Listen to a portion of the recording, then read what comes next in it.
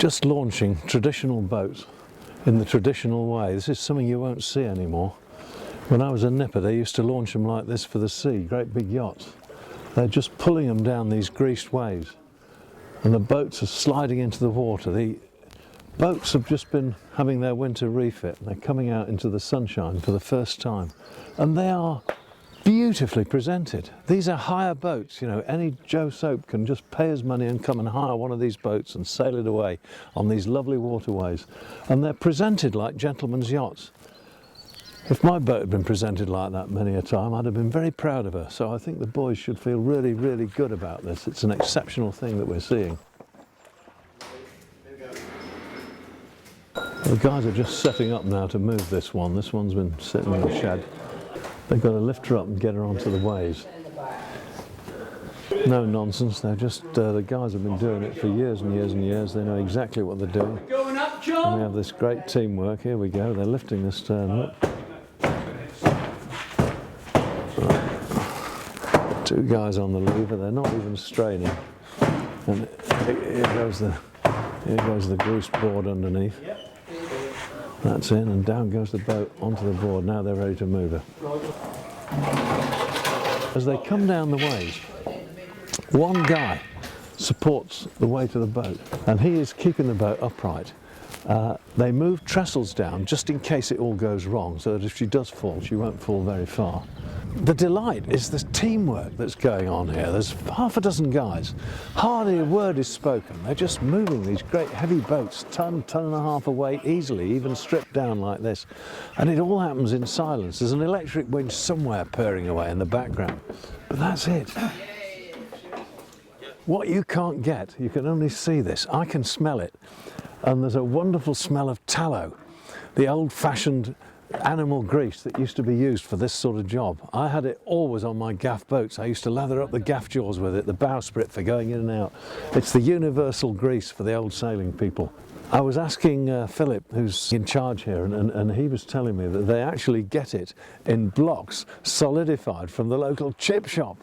It's absolutely perfectly organic, and it'll just disappear in the end. It'll just go back to nature. It's a natural product and it smells great. So here she comes. Pull your pin, John. Pins out. Any minute now she's going to start floating. They're off the winch now. Gravity's doing the work and the boys just pushing her down that lovely greasy way. There she goes. Look at that, like a swan on the water. Sorry, Kurt. And the last job, after they've got her snug alongside, is to shovel a little sawdust underneath. Whatever you do, they always make a little bit of water when they go back in after they've been out for months. And nothing's different here. Some of them apparently make virtually no water at all, and some of them take a few days to take up. When I was a nipper, and I used to come to the Norfolk Broads to go sailing in my early teens, these were the boats I always really fancied, and they never came my way. They were a little bit too special for the likes of me. We sailed slightly more ordinary boats, but they're just lovely. God, this is the way to go sailing, isn't it? Look at this. All clean and varnished. Drop it into the tabernacle and into the crutch, just as it goes when you're going through the bridge. So easy to take the mast down on these boats. Once they're set up, they have a great big weight on the bottom, and they just swing out through the big long forehatch. And here goes the sawdust. This is it. This is nature's way of stopping boats leaking. You thought sawdust was a useless byproduct in your workshop, didn't you? Well, not in a boatyard, it's not.